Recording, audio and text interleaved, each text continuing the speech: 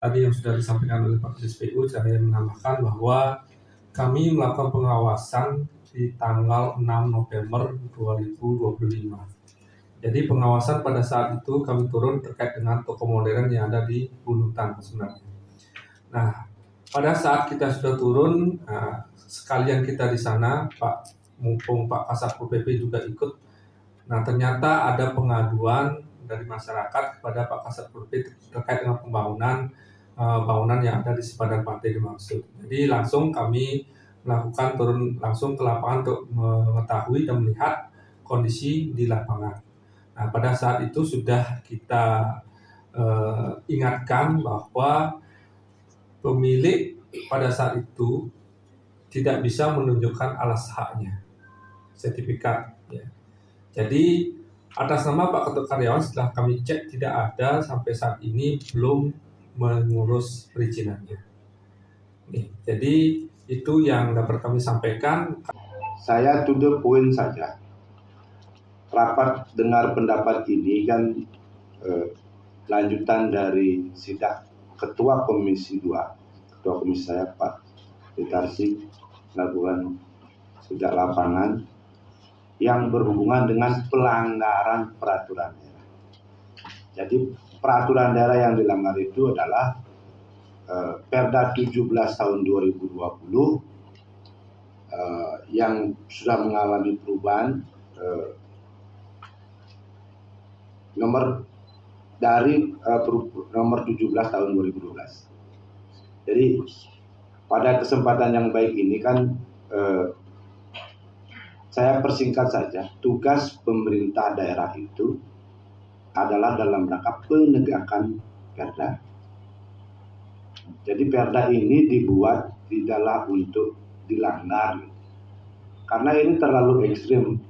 Ketika pimpinan kami turun ke lapangan, tidak hanya pelanggaran berupa belum ada izin, bukan masalah izin saja, tetapi dia melakukan kegiatan atau pembangunan di luar hak privatnya dia.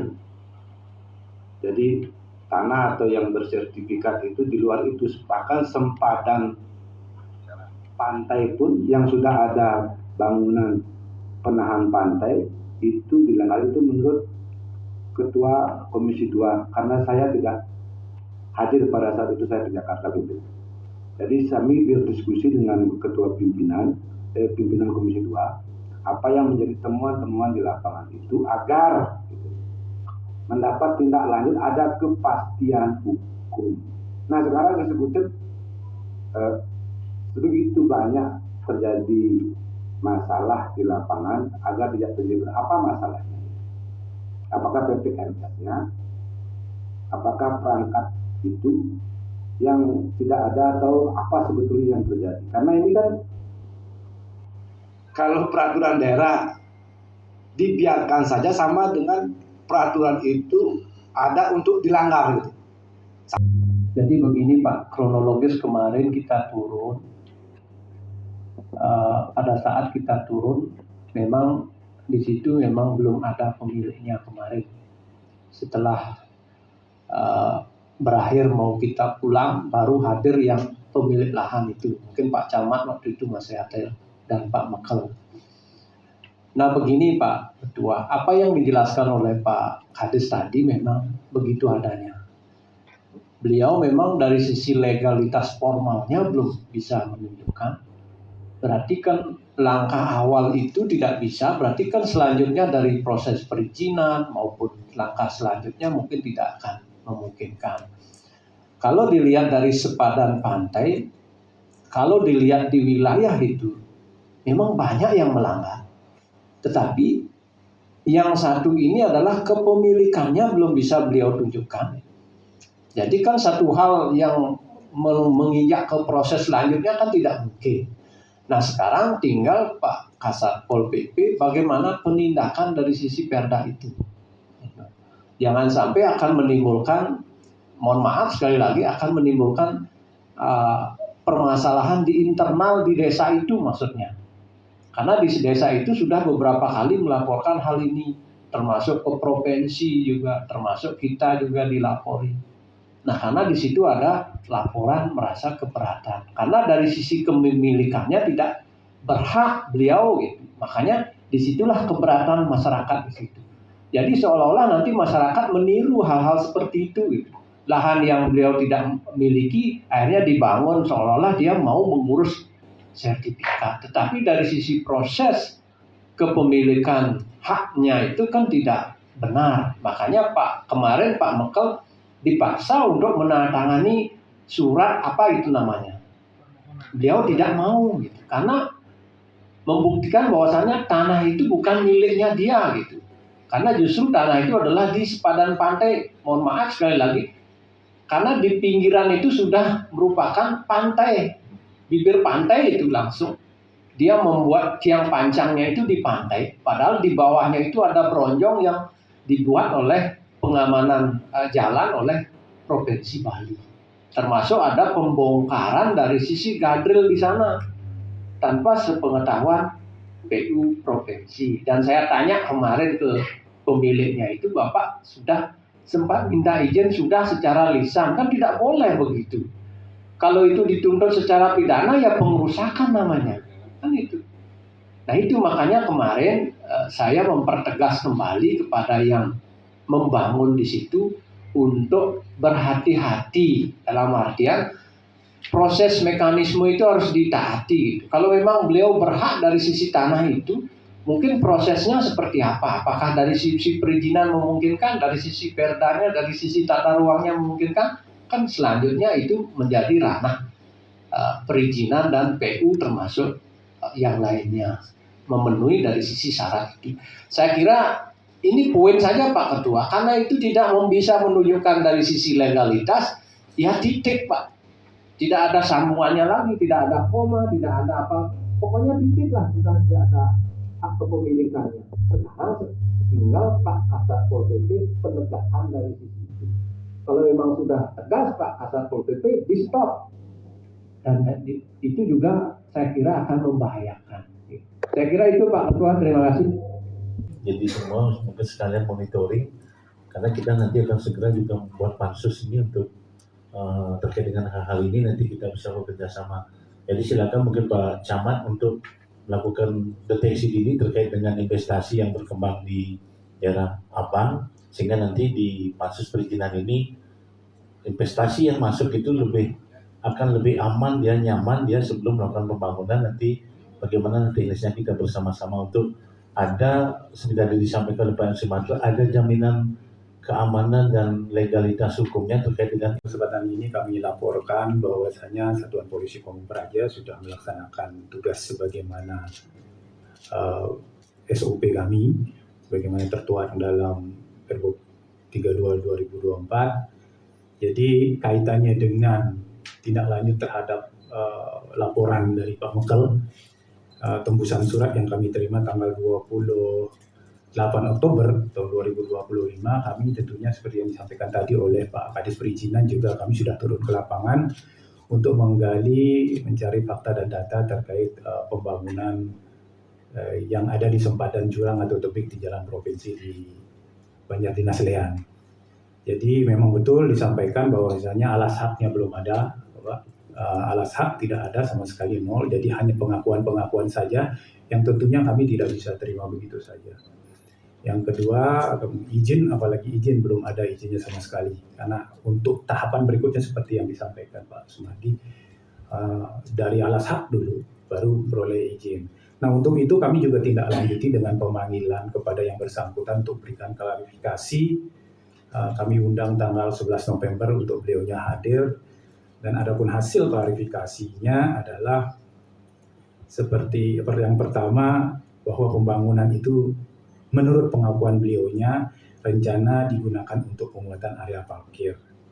Kemudian memang betul tanah belum bersertifikat, dan bahwa lokasi tanah yang dibangun diklaim masih menjadi salah satu kepemilikan dengan tanah induk yang menjadi SHM. Jadi bangunan di atas jalan itu yang menjadi restoran dan hotel itu diklaim masih menjadi satu. Jadi yang berikutnya, lokasi pembangunan dijual kepada itu karyawan berdasarkan SPPT dengan luas 9 are dibeli 2 tahun yang lalu. Kami juga mempertanyakan itu, apakah SPPT bisa dijadikan, hanya SPPT dijadikan alat jual beli. Nah, saran tindak kami bahwa diharapkan sertifikat segera diproses jika memungkinkan. Dari segi aspek sosial, karena ini sampun menjadi laporan masyarakat, kami minta untuk pengerjaan dihentikan.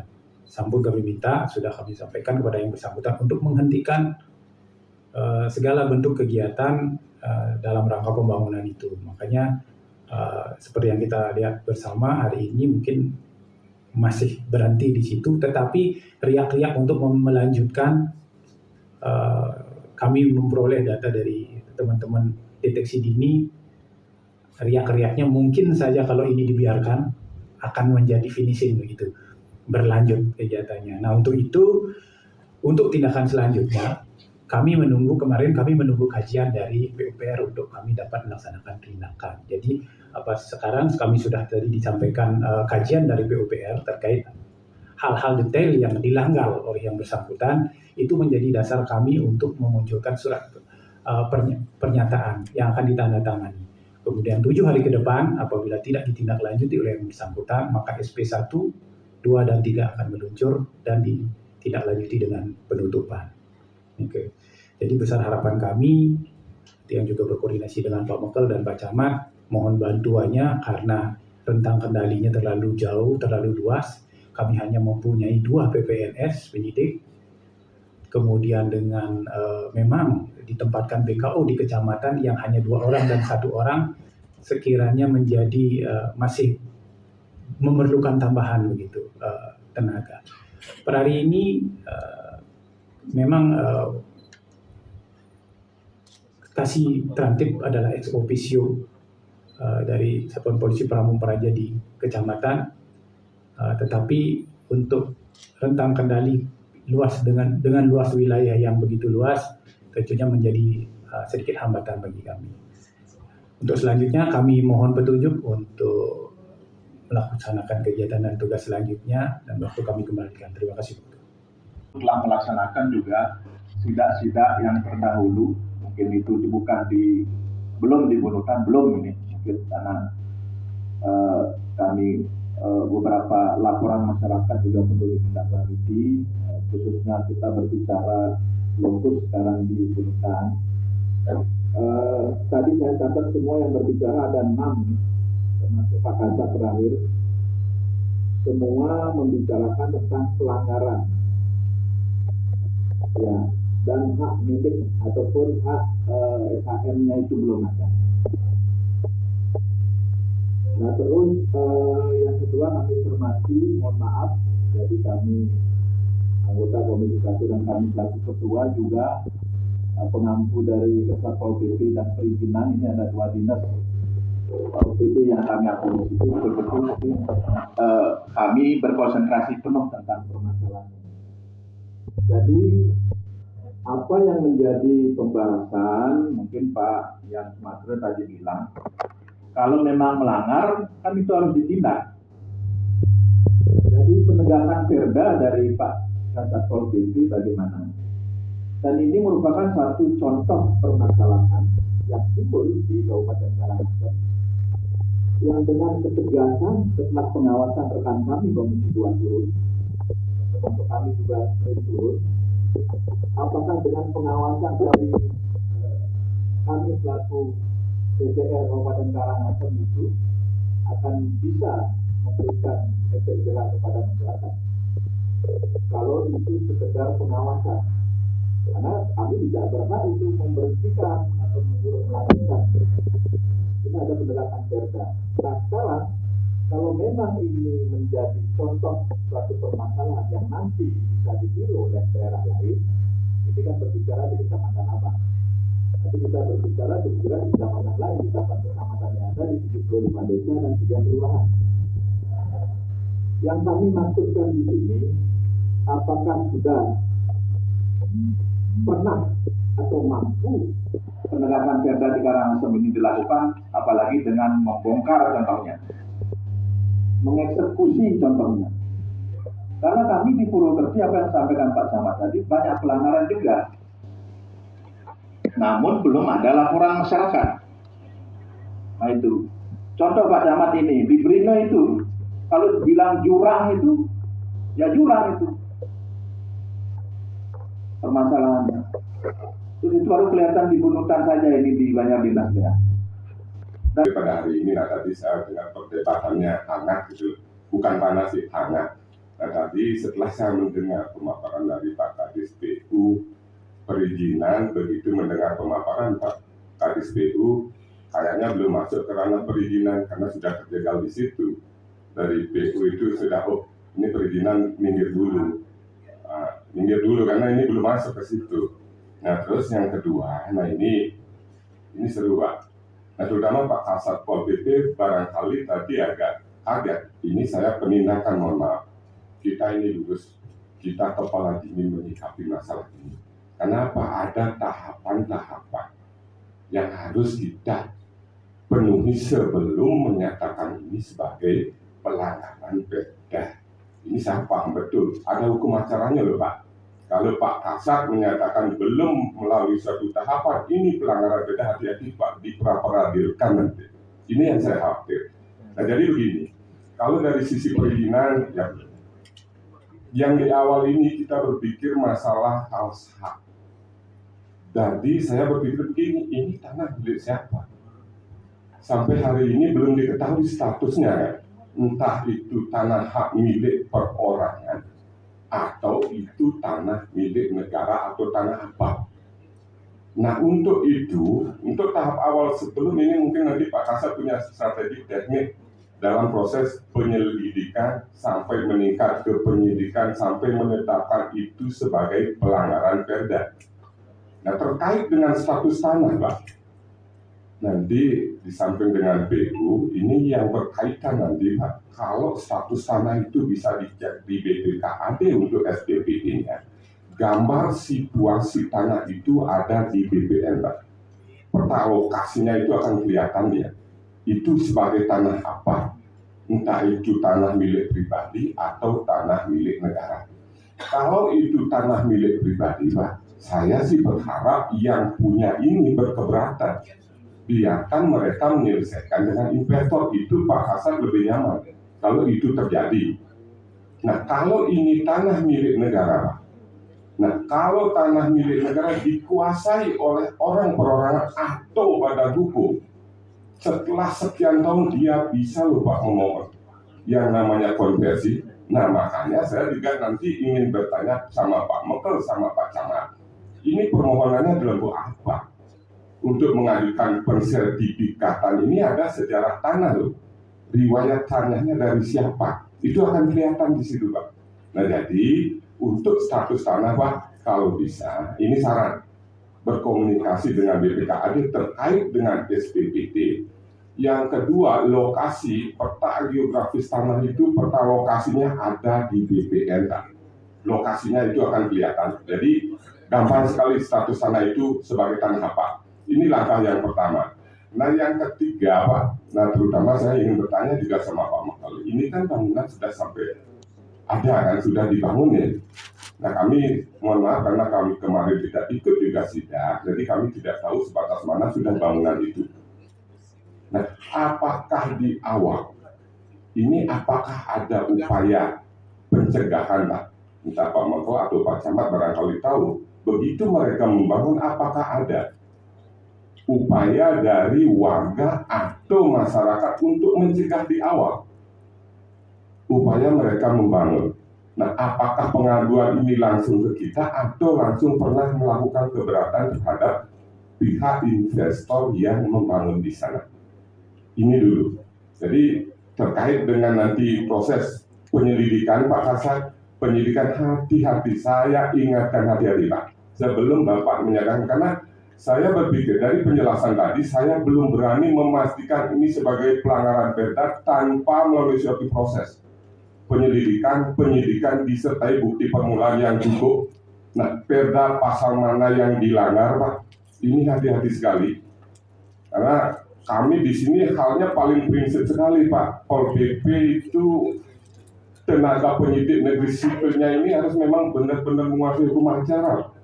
Makanya kemarin kami turun ke sana, perlu juga dilakukan diklat Pak, terutama PNS-nya ini, karena terkait dengan penegakan perda. Nah, rekan-rekan kami sudah semangat tadi perda ditegakkan biar nggak tumpul, tapi proses untuk itu ikuti Pak ritmenya itu. Saya juga ingin mudah-mudahan dalam waktu cepat ini bisa melalui suatu tahapan proses penyelidikan, penyidikan, penetapan itu sebagai pelanggaran perda disertai dengan bukti permulaan yang cukup Pak. Ini kalau enggak, kami khawatir, kami juga enggak tahu investor ini siapa kan, walaupun siapapun kalau itu pelanggaran, ya tetapi memastikan untuk menetapkan sebagai pelanggaran ini harus hati-hati, disertai bukti Pak. Kalau status tanah nanti bisa diginikan, kami arahkan, kami berkomunikasi sebaiknya dengan pihak BPN Pak, untuk memastikan. Itu juga kepada OPD untuk membuat tim terpadu task force itu. Jadi setiap turun itu seperti yang saya usulkan waktu ke dinas perizinan. Jadi di klaster saja Pak. Maksudnya pelanggarannya itu kalau memang seperti yang contoh yang sekarang ini kan syarat mutlak awal, syarat umum dia tidak terpenuhi gitu. Sertifikat alas hak dia sudah ada punya. Tidak ada proses selanjutnya lagi Pak. Gitu. Jadi itu pelanggaran berat gitu. Tindakannya harus tegas. Gitu. Ya, seperti Pak Sumatera bilang pantai caplok gitu. Ya itu sudah tidak ada proses lagi memang itu Pak. Yang sedikit saja Pak Ketua terkait dengan pembangunan yang terjadi di lapangan ketika kami turun itu karena menerima aduan daripada masyarakat. Kalau kita tidak turun kan kita juga salah karena ada aduan. Nah, yang kita alami di lapangan, apa yang Pak Kasat Pol PP sampaikan betul sekali, beliau pernah turun ke lapangan untuk artinya menyetop terhadap proses pembangunan, tetapi pelaku usaha itu menurut keterangan masyarakat yang ada di lapangan, berawal Pak Kasat Pol PP turun hanya ada baru bangunan besi-besi aja. Nah, kemarin itu udah ada istilah lantai 2 itu yang sudah didak. Saya komunikasi dengan orangnya, dia izin menghabiskan material. Takutnya nanti datang material lagi, terus membangun lagi, kan sampai finishing. Takutnya seperti itu di lapangan dan ada gejolak dengan masyarakat, artinya yang kontra, yang mengadu. Nah, ada indikasi kedua lagi Pak di lapangan, seolah-olah pengusaha itu melakukan tekanan terhadap berbekal, disuruh untuk menandatangani sporadik permohonan tanah. Sedangkan Pak Mekel juga kan takut memberikan dana tangan nanti itu bermasalah. Contoh tanah negara ataupun tanah sepadan Bante, sehingga itu menjadi polemik ya Pak. Nah, gimana sekarang menyikapi hal itu? Yang juga kasihan dengan Pak Berbekal. Artinya dengan warganya sendiri di lapangan ada problem yang terus-menerus. Dan seperti Pak Pimpinan, Pak Ketua katakan tadi, besar harapan kami, Pak Mekel dan Pak Camat, dari instansi dari bawah, Kawil, Pak Mekel, Pak Camat juga benar-benar mengawasi di setiap proses yang ada di wilayah Bunukan dan Tamat. Kalau kita ngomongin masalah pelanggaran, yang rasa hampir rata-rata melanggar sepadan pantai untuk melakukan pembangunan. Tapi kalau itu semua nanti dinas-dinas terkait lah, OPD terkait yang punya kewenangan. Kita hanya melakukan pengawasan dan monitoring untuk antisipasi selanjutnya lah. Awasi betul nanti ketika pengusaha atau investor untuk berinvestasi. Takutnya nanti bangunan sudah berjalan, bongkar kan banyak juga yang dirugikan di sana. Takutnya juga investor yang berinvestasi sudah keluar modal besar lalu dibongkar kan kasihan juga. Kita mohon juga artinya sinergi di kepala wilayah, Pak Mekel dan Pak Camat yang mohon untuk benar-benar mengawasi dulu untuk selanjutnya. Kalau memang belum secara legalitas dia mengantongi proses secara sah dan legal, diharapkan janganlah membangun supaya tidak ada kejadian seperti ini. Takutnya nanti finishing loh Pak Kasat Pol PP. Dari awal hanya tiang-tiang saja berdiri, artinya besi-besi kemanten, Satpol PP udah turun dan melakukan monitoring, artinya menyetop. Tetapi dia masih tetap berproses pengusaha itu sampai ke lantai 2 dak sejajar dengan jalan. Nah, dia menggali informasi kalau melahang material, kalau siapa tahu mani bin ke material kan bin nambah bangunan. Takutnya seperti itu dan gejolak di lapangan. SOP. Jadi tahapan-tahapan ini untuk diatur. Jadi untuk yang mungkin karena terkait dengan permasalahan di Lean ini, jadi kajiannya sudah turun dari OPD Pengampu. Jadi dalam 7 hari kami akan menyambangi yang bersangkutan dan meminta surat pernyataannya untuk menghentikan dan membongkar dalam 7 hari ke depan. Karena kalau di-compare juga dengan berita acara yang disampaikan dalam klarifikasi, yang bersangkutan juga sudah bersedia untuk membongkar apabila tidak sesuai dengan aturan. Nah, kaitannya dengan kenapa kami minta kajian, karena PUPR, perizinan, masuk juga dalam tim penanganan kami. Jadi, OPD Pengampu Perda menyusun kajian untuk sebagai bahan kami melaksanakan eksekusi. Jadi ada dasar kami melaksanakan eksekusi, penutupan, pembongkaran, dan lain sebagainya dalam rangka penegakan perda. Jadi kami tidak bisa bekerja sendiri. Kalau itu melihat kami rasa melanggar, kami tidak ada main rasa-rasa. Jadi betul-betul kami harus berpedoman pada kajian yang disampaikan oleh tim, dalam hal ini PUPR sebagai anggota tim di penanganan. Jadi kalau sudah disampaikan bahwasannya itu melanggar seperti yang disampaikan yang kami pegang hari ini per tanggal 15 Januari, ada kajian teknis pelanggaran pemanfaatan ruang di Banjar Dinas Lean. Jadi sanksi yang harus ditegakkan ataupun perda yang harus ditegakkan, arahan sanksinya terkait dengan pasal 78 dan pasal 88. Mungkin kami tidak rinci lagi seperti apa isinya. Intinya dalam 7 hari ke depan ini kami akan menuntut janji dari pemilik bangunan untuk membongkar secara mandiri. Kalau tidak dilaksanakan, maka SP1 akan muncul dan 3 hari kemudian SP2 dan 1 hari kemudian adalah SP1. Begitu SOP yang harus kami jalankan dalam rangka